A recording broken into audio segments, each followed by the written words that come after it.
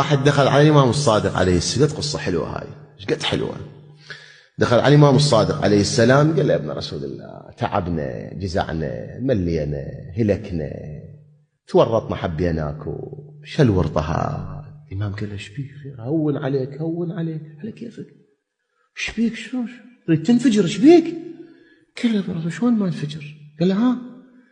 قال له: عندي دكان، أجيب البضاعة وتخرب وأذبها، ما حد يشتري مني، رافضي كافر مشرك، وبضاعتي نجسة.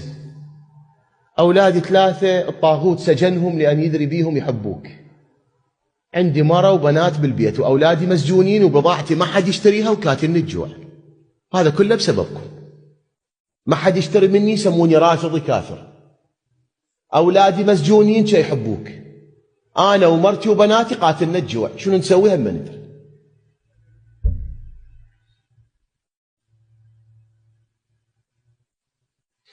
الإمام عليه السلام قال له: أسولف لك سالفة، هاي حقيقة، ها قصة يعني في كتب الروايات، بس أنا أسويها أسهلها يعني.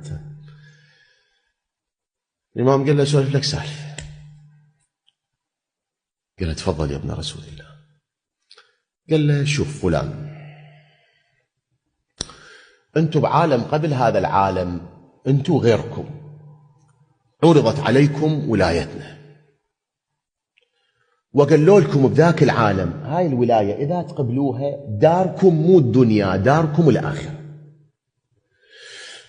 والما يقبل هاي الولاية وهذا الدين، داره شو تكون؟ الدنيا، وبالآخرة ما عنده شيء. أهل الدنيا اختاروا دارهم، وهم الآن يعيشون في دارهم، يأكلون ويشربون ومرتاحين. أنتوا اختاريتوا الآخرة، فأنتوا الآن ما عايشين بداركم، بعدكم ما واصلين بداركم اللي تنعمون بها.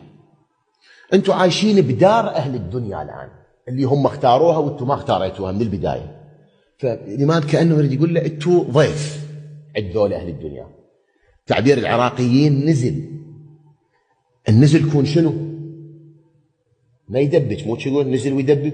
النزل يكون يعني يعرف نفسه هو ضيف، فأبو البيت شي يقدم له شي يكون بعد يسكت، يحترم نفسه ويسكت، ما يظل فوق ما هو ضيف يتأمر على أبو البيت: أنا أريد هيك، وما يقول له: أنت إيش هم ضيف وهم هذا؟ شلون حكي هذا؟ الإمام قال له: أنتم عايشين ضيوف بهاي الدنيا، عند أهل الدنيا اللي هو هذا البيت بيتهم، هم اختاروه وأنتم ما اختاريتوا، ومع ذلك أنتم تشربون مما يشربون، ويأكلون مما يأكلون، وتسكنون مما يسكنون.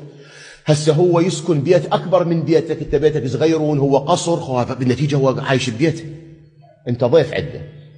هو لعله يأكل شوية أكثر دسومة منك، بس أنت هم عايش. هو يشرب أكثر من ماي أصفى من مايك، بس أنت هم تشرب ماي. تأكلون مما يأكلون ويشربون مما يشربون، وهم ساكتين عنكم، ما قايل لكم: يا بت شلون تاكلون، شلون هذا بيتنا، لا، هم ساكتين عنكم.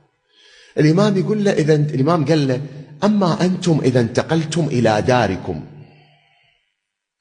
وأهل الدنيا هم ينتقلون لذيك الدار اللي هي مو دارهم، يطلبون منكم قطرة من الماء فلا تعطوهم،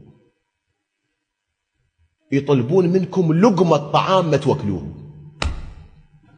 فأنت على شنو جاي مضايج ومتأذي وأنت مو ببيتك عايش؟ ونادى الإمام يريد يذكر بهاي الآية: ونادى أصحاب النار أصحاب الجنة أن أفيضوا علينا من الماء أو مما رزقكم الله، تفاحة، برتقال، إيش بيكم؟ قالوا: إن الله حرمهما على الكافرين. الإمام قال له: أنتم ببيتكم تفاحة ما تطول لأهل الدنيا، وأنتم ببيتهم الآن تاكلون وتشربون وتسكنون، وهم ساكتين عنكم، وبعدكم أنتم ما راضين. هذا سمع حكي الإمام عليه السلام، جر له حسرة شوية، فرغ صدره مسكين، قال له: فرجت عني فرج الله عنك يا ابن رسول الله، جزاك الله خير. أنا هسه ارتاحيت، قويت، أنا جيتك مضعضع ترى، تعبان، بس هسه لا، قويت، عقيدتي قوت، وكون أصبر وأتحمل. الإمام قال له: إيه، كون تصبر وتحمل، تواصوا بالحق وتواصوا بالصبر. قال له: خلص أنا ماشي يا ابن. قال الإمام: لا، أنت ما تمشي هالشكل، هسه قوينا قلبك، بعد تكون نقوي جسمك. قال له شلون يا ابن الرسول؟ قال يا غلام كم بقي عندنا من المال؟ قال له 3000 دينار. إخواني 3000 دينار ترى ابن شهراشوب يقول هذا عطاء الملوك ما يقدرون ينطون، ملوك ابن شهراشوب. قال له 3000 دينار، قال له انطيه ياكل. ومن اللي يستاهل؟ المؤمن يستاهل. من يستاهل هاي الفلوس؟ من يستاهل؟ المؤمن. قال له 3000 دينار روح عيش بيها انت وزوجتك واطفالك وارتاحوا، وانا راح ادعو لاولادك يطلعون من السجن ان شاء الله.